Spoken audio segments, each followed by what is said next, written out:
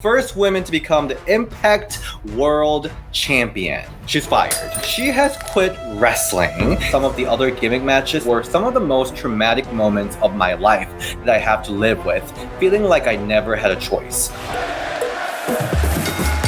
Welcome if you're entering the Belle. This is DS and Paloma Star. So let's talk about something spicy that happened over the weekend. Tessa Blanchard, remember her? The historic first woman to become the Impact World Champion. She's fired. That came out of nowhere?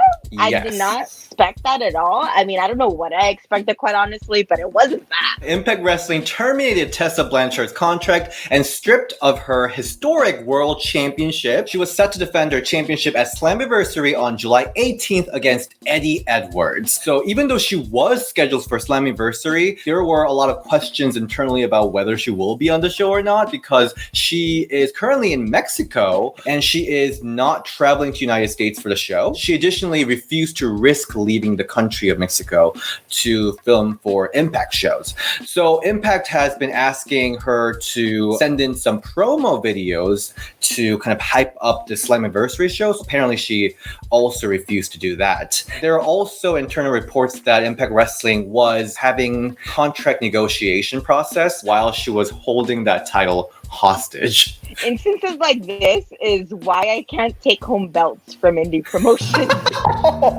Legit. I'm currently a champion at 3 different promotions. I only have 1 belt because even indie promoters don't trust their talent to bring back their belt. Damn.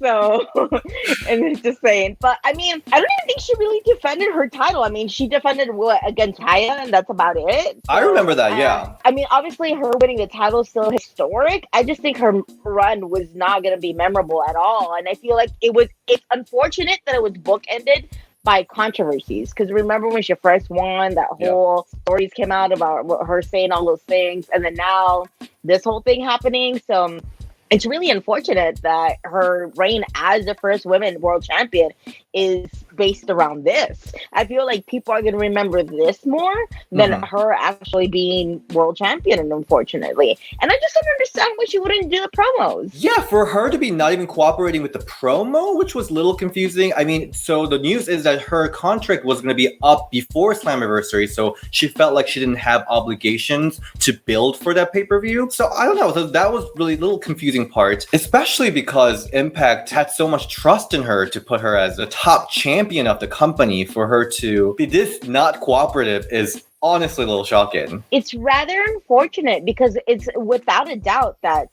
Tessa is so talented. Yep. She is so good. And Impact, like, she was already a star, but Impact elevated her even more than that.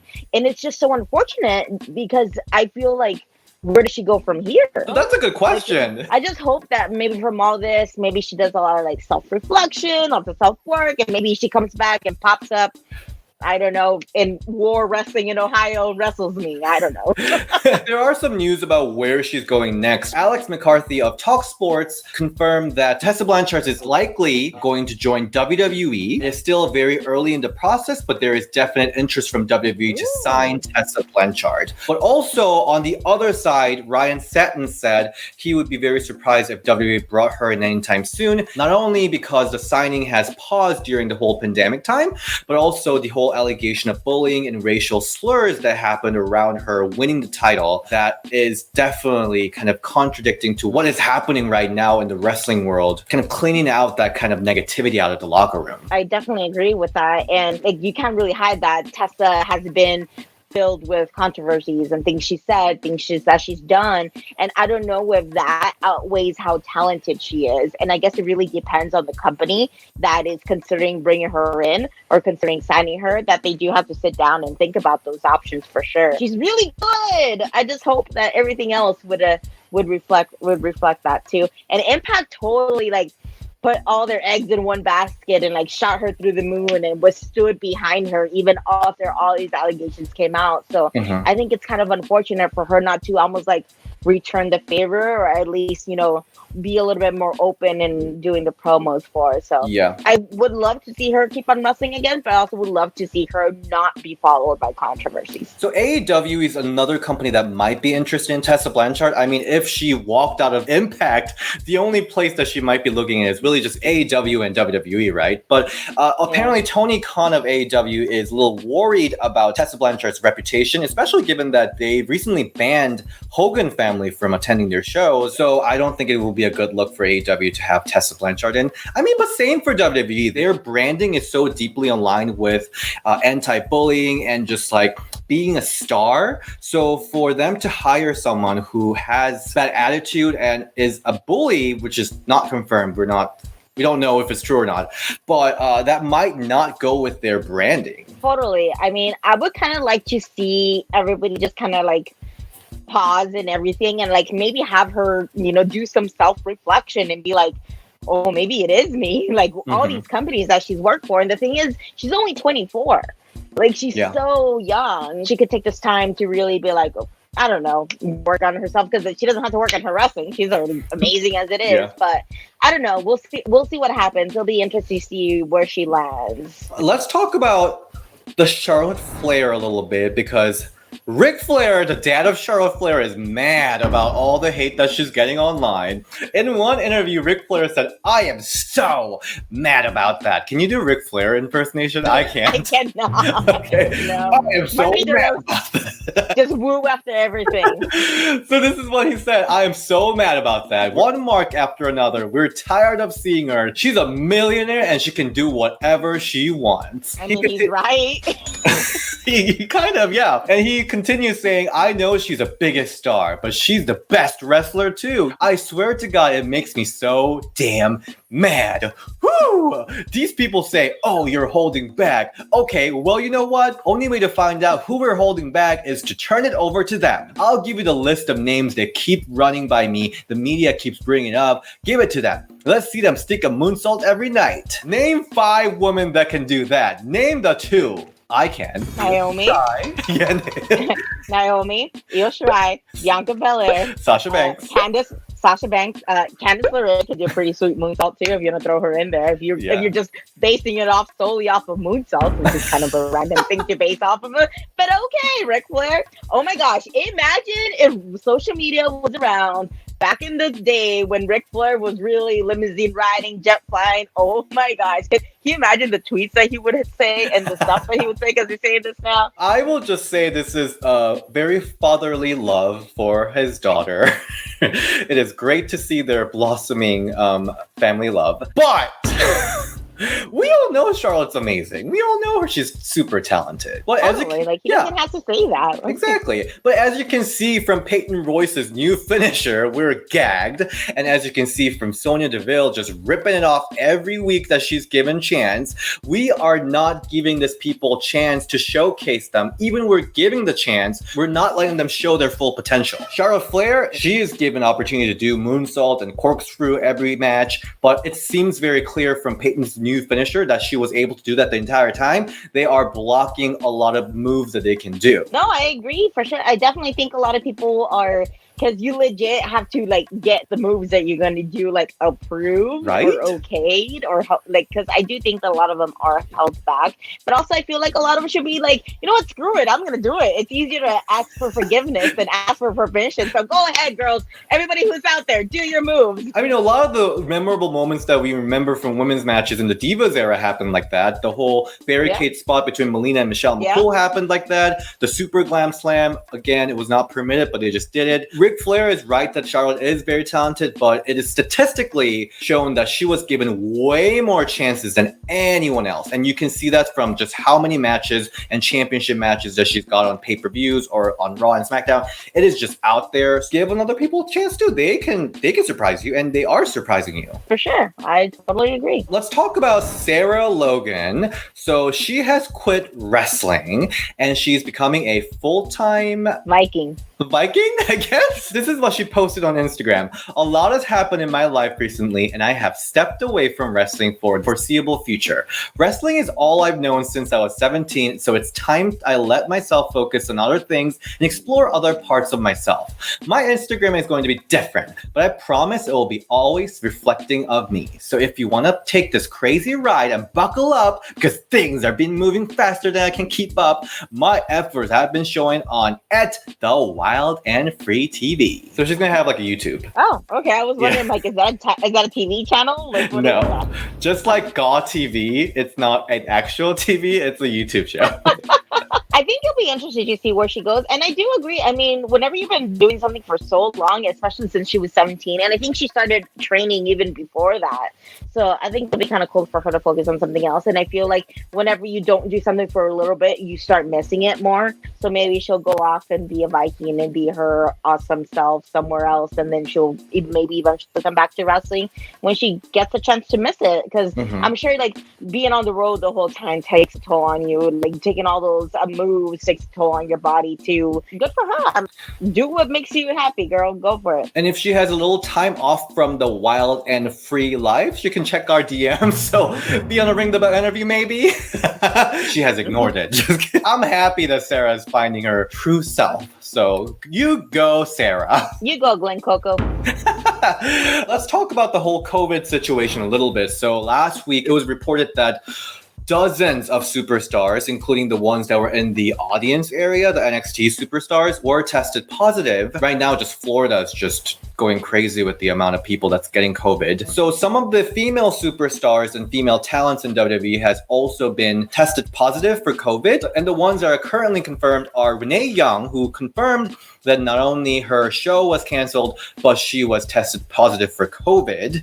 And Kayla Braxton has announced that she has tested COVID for the second time. That's crazy. And I guess that goes along with a lot of people saying that once you get it, you can't get it again. So I guess that's just proof that you can. Yep, so wear your freaking mask. Also, Natalya was told to sit out of TV taping because the COVID concerns. She tested twice. It was both negative, but because of the fever, she was asked to stay home with TJ. And the reason that Liv Morgan, Sonya Deville, and Mandy Rose were not present at this week's TV tapings was also because they were in a worrying state. It is not confirmed if they have COVID or not, but they were on a boat trip with Mandy Rose's mom, and they were all not invited to taping. So something might have happened. Although Lana was at that boat, so I don't know what exactly happened there. Yeah. But yeah, Sonya and Mandy Rose are sitting out this taping. I feel this was just bound to happen. I mean, there's still a global pandemic going on. I feel like a lot of people are over the pandemic, but the pandemic is not over us. So I feel like this was just bound to hit WWE, unfortunately. I'm glad they're taking a little bit more precautions with wearing the mask and people actually getting tested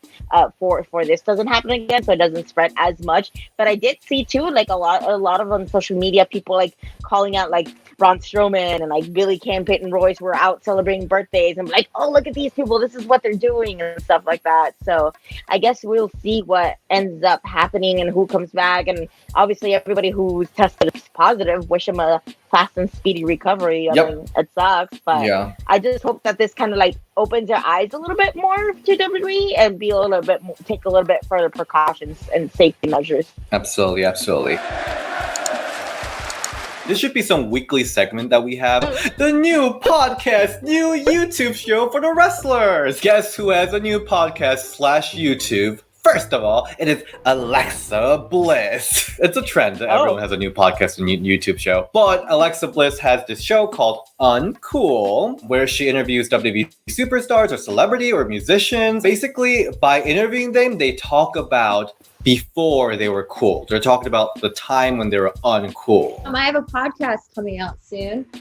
Uncool. No way. Yeah, I interview a lot of WWE superstars, celebrities, musicians, and we talk about, what they were like before they were famous, before the fame, like how uncool they were. That's an interesting concept. I mean, everybody has a YouTube channel and podcast. Hello, including us. Hello. I feel like it's kind of hard to find that niche and that like different hook that you're trying to do because like a lot of it has been done already. So it's kind of interested to see like what their theme is or what they're focusing on, because it's so hard to do something new and different. It's kind of like Chasing Glory, because Chasing Glory is all about like how you got to where you are as a superstar. It's like the time of the chasing. It's like the millennial Chasing Glory. That's what's uncool. Also, Peyton Royce has started a YouTube channel. It's called Cassie VS. Not exactly sure what that means, but Cassie's her real name, right? She opened her YouTube channel called Cassie VS, and she just uploaded her first video, Cassie VS Dumb Cinnamon Things. So she said it on Twitter that she's just going to post whatever. Recipe, vlogs. So maybe collaboration would ring the bell. Tutorials on how to do a spinning brainbuster. Oh, but spinning brainbuster would be a good one, yeah. Do it on Natalia's sister. We're going to end this news and rumor video with one thing. It's not really a news, but something that caught my eye over the week. It is regarding Alexa Bliss's interview, where she said that I respect the women who did bra and panties matches. I could never do it. And Gail Kim tweeted out about this interview saying something that kind of hit me in a different way, I'll have to say.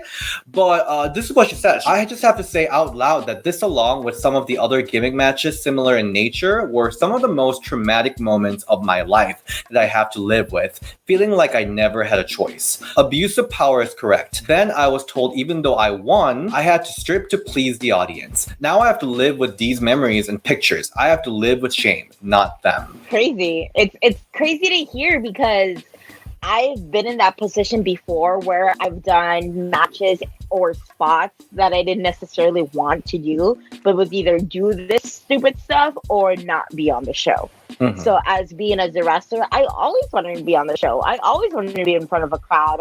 Any chance that I got, I took it. And while most of the time either I didn't want to, I mean, it's almost, I don't want to say like, oh, I had no choice, I had to, but like, it's either like you're on the show or you're not. Yeah. So, while it's rather be like, I would much rather be just have a straight up wrestling match. I mean, this is what I have, this is what I'm going to do. I could totally relate to Gail Kim on that for sure. It is kind of shocking. I mean, I don't know if shocking is the right word, but I felt it was like a mix of a lot of emotions. When I was a kid growing up as a gay boy in Korea, like watching these divas being so unapologetically sexy and like show off their like sexiness was the way that I felt empowered about accepting my sexuality and accepting myself as a confident person. That's why I feel like a lot of the gay men are so inspired by these women growing up. For me to hear this is honestly, I don't know, there's like some kind of guilt almost, kind of knowing that this was traumatic for a lot of the women,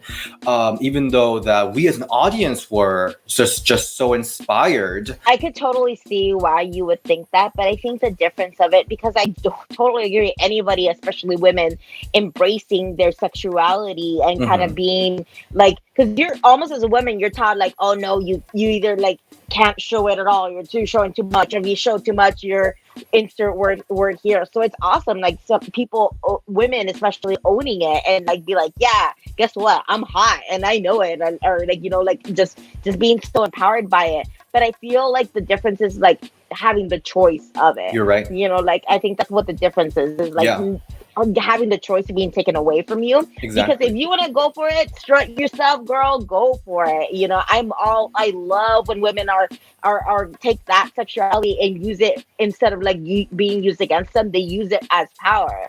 But I think the only difference is like, that sucks too, is not having that choice. It's not being forced to, but like really being given no option. Yeah, they didn't have a choice. Either you do it or you won't get a job back in the days. Like, so yeah, it is very heartbreaking to hear like the truth behind all that happened back in the days. And I guess that really makes me appreciate the changes that's happening now. Obviously, there's a long way to go, but at least we know that women are not used as a sexual prop.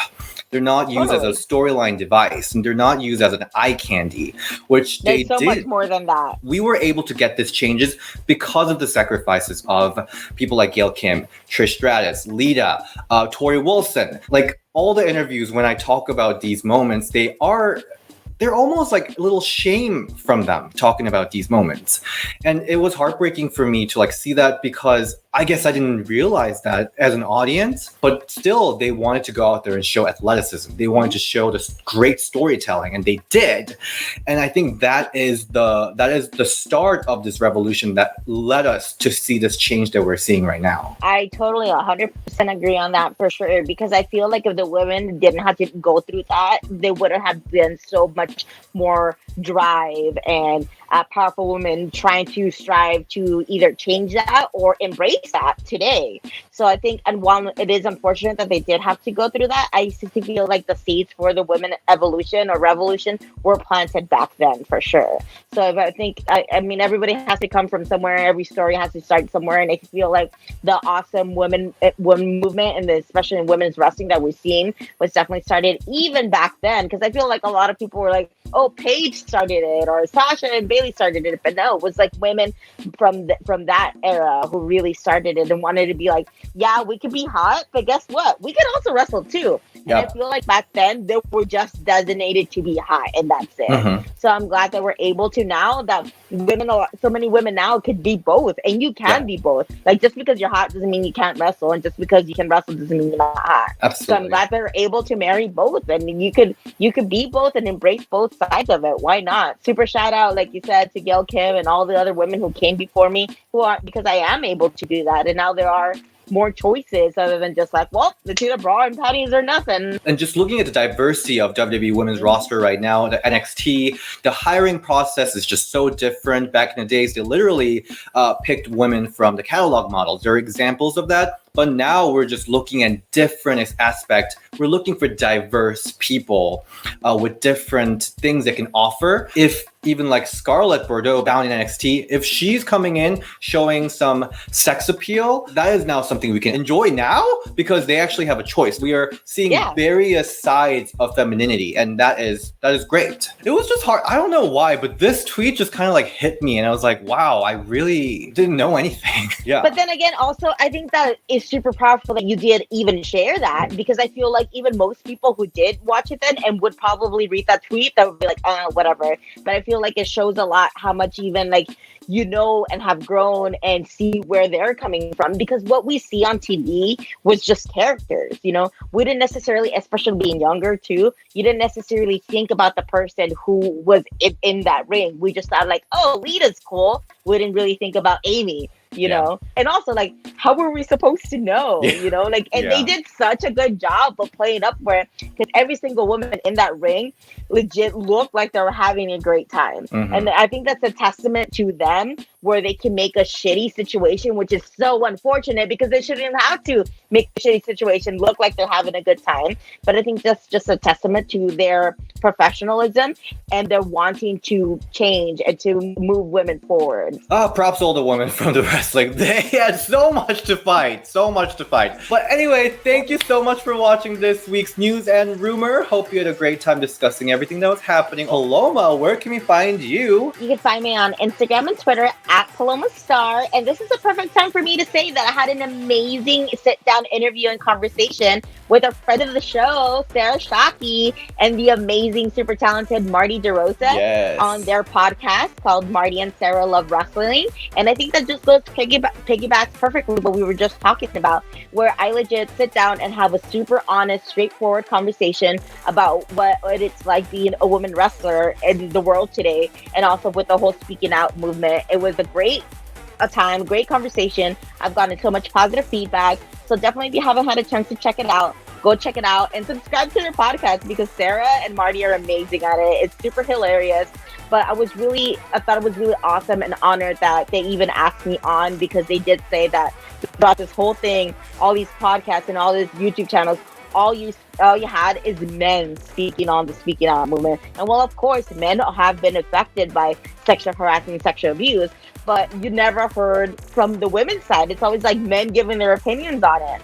So it was awesome to get that they even invited me to be on their podcast. But definitely check it out. It was so much fun. It was a great listen, and you guys all love Sarah Shockey. So it was a great podcast episode. I hope a lot of men listen to it, because a lot of it's just so eye-opening. The discussion and empathy is so important in time like this. Definitely, I agree 100%. And DS, where can we find you at? You can find me at DS Shin and Ring the Bell DS on Twitter. All right, bye.